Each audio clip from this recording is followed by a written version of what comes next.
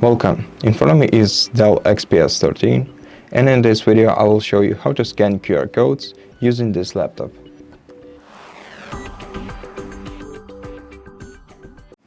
First, open the Start menu, open List of all applications, select Camera, prepare your QR code and select the barcode mode.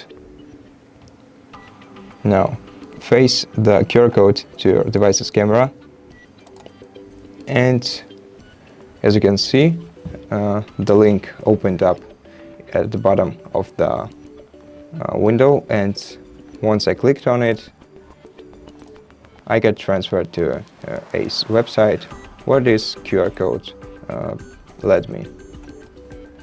And that's it. Thank you for watching this video. If you liked it, consider subscribing to our channel, leave us a like and a comment below, and I'll see you in the next one.